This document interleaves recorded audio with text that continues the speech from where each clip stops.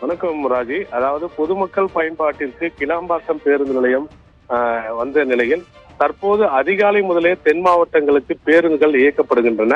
அதாவது தென் மாவட்ட பயணிகள் வசதிக்காக வண்டலூர் அருகே கிளாம்பாக்கத்தில் ரூபாய் 393 கோடியே 74 லட்சத்தில் 88.52 ஏக்கரில் அமைக்கப்பட்டுள்ளது.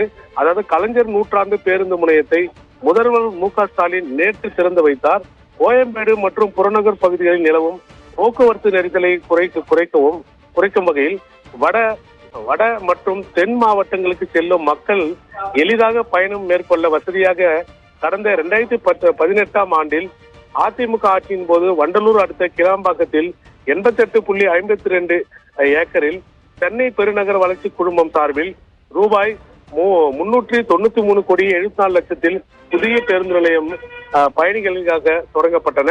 அதாவது 6.40 லட்சம் சதுர அடியில் 2 அடித்தளங்கள் தரைத்தளம் முதல் தளத்துடன் இந்த பேருந்து நிலையம் அமைந்துள்ளது. சென்னை மற்றும் புறநகர் பகுதிகளில் செல்லும் 3500 மாநகர பேருந்துகள் வந்து செல்ல மேற்கூரையுடன் கூடிய மேடைகள் அமைக்கப்பட்டுள்ளன. ஒரே நேரத்தில் 130 அரசு பேருந்துகள் 85 தனியார் பேருந்துகள் நிறுத்த முடியும்.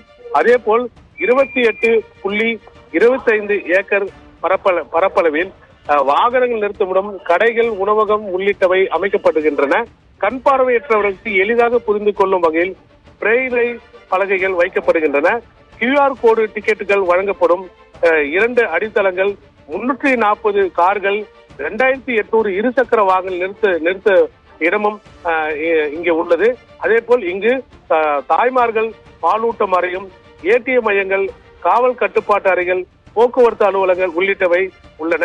அதாவது தனியாக காவல் நிலையம் அமைக்கப்பட்டுள்ளது. முக்கியமாக புயல் வெள்ள காலங்களில் மழைநீர் தேங்காமல் வெள்ள நீர் வடிகால் அமைக்கப்பட்டுள்ளது. ஊரப்பாக்கம் ரயில் நிலையம் கிளாம்பாக்கத்திலிருந்து 1 கிலோமீட்டர் தூரத்தில் உள்ள விமான நிலையம் கிளாம்பாக்கம் வரை சென்னை மெட்ரோவை நீட்டிக்க உத்தேசிக்கப்பட்டுள்ளது.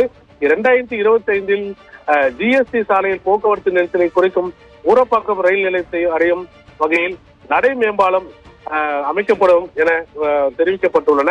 அதே போல் கட்டுமான பணிகள் அல்லாமல் GST சாலையில் போக்குவரத்து நெரிசலின் பேருந்துகள் வெளியேறுவதற்காக பிரத்யேக சாலைகள் விரிவாக்க வசதி மற்றும் பேருந்து முனையத்தின் முன்புறம் மழைநீர் கால்வாய் கட்டும்படியும் நடைபெற்று முடிவடைந்துள்ளன. அதாவது ஏற்கனவே அரசு அறிவித்தபடி இன்று அதிகாலை முதலே கிளாம்பாக்கம் பேருந்து நிலையம் முழுமையாக மக்கள் செயல்பாட்டிற்கு வந்துள்ளது. இதன் மூலம் முதற்கட்டமாக கிளாம்பாக்கம் பேருந்து நிலையத்தின் தென் மாவட்டத்திலிருந்து சென்னை, திருச்சி தேசிய நெடுஞ்சாலை வழியாக கோயம்பேடு செல்லக்கூடிய அனைத்து விரைவு பேருந்துகளும் கிளாம்பாக்கம் பேருந்திலே நிறுத்தப்பட்டுள்ளன.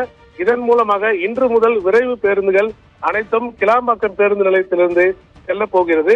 தென் மாவட்டத்திற்கு செல்லக்கூடிய பிற போக்குவரத்து கழகங்கள் கோயம்பேட்டிலிருந்து இயக்கப்பட்டு வருகிறது.